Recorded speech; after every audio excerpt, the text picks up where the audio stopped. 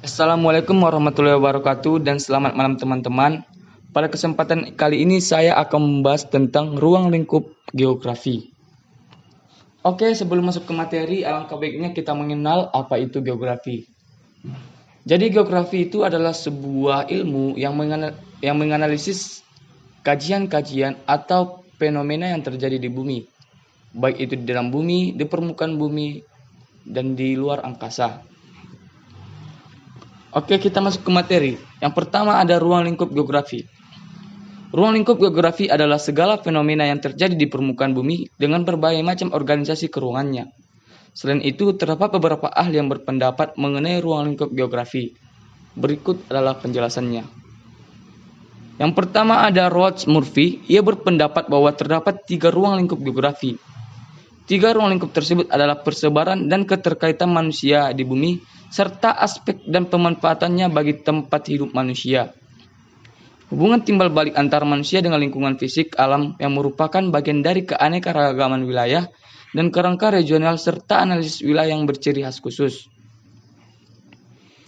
Yang kedua ada William Crick. Dia berpendapat apabila bumi dipandang dari segi teori lingkungan hidup, ruang lingkup geografi dikelompokkan menjadi 3 lingkungan, yaitu yang pertama ada lingkungan fisik atau seringkali disebut dengan abiotik. Adalah segala sesuatu di sekitar manusia yang berupa makhluk tak hidup. Sebagai contoh ada tanah, udara, air, dan sinar matahari. Yang kedua adalah lingkungan biologis atau antibiotik.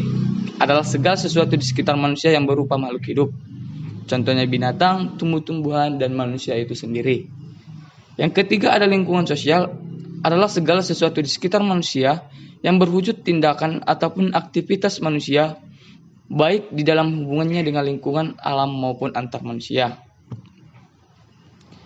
Oke, kita masuk ke ruang lingkup geografi beserta contohnya. Jadi sebelumnya kajian fisik, kajian sosial, dan kajian regional itu ada karena adanya analisis tentang prinsip-prinsip geografi. Jadi prinsip geografi ini ada 4 ya. Yang pertama ada prinsip analisis, prinsip distribusi, prinsip interrelasi, prinsip kronologi, dan prinsip deskripsi. Oke, langsung saja. Yang pertama ada kajian fisik. Berdasarkan aspek fisik, geografi membahas tentang gejala-gejala terjadi di bumi. Berarti tidak hanya terjadi di permukaan bumi saja, tetapi yang ada di luar angkasa juga. Contohnya adalah proses pasang surut air laut, jenis batuan, proses terjadinya hujan, perbedaan iklim, proses terbentuknya stalaktit dan stalagmit.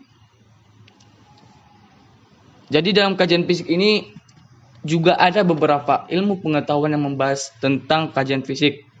Antara lain ada meteorologi, yaitu membahas tentang cuaca dan iklim. Ada pedologi yang membahas tentang tanah, jenis tanah, kesuburan tanah, dan kecocokannya. Ada juga geologi yang membahas tentang batuan, jenis batuan dan manfaatnya. Oke, kita lanjut. Ada kajian sosial. Kajian sosial atau biasa disebut dengan geografi manusia adalah kajian terhadap kehidupan manusia terhadap lingkungannya.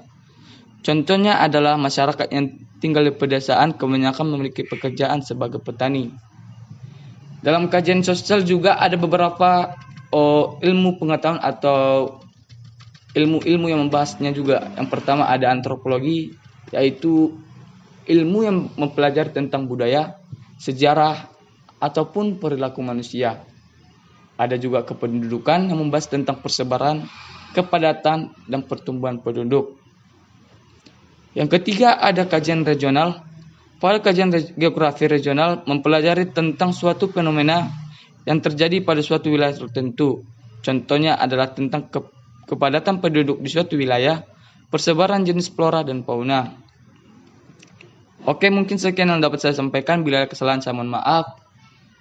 Assalamualaikum warahmatullahi wabarakatuh dan selamat malam.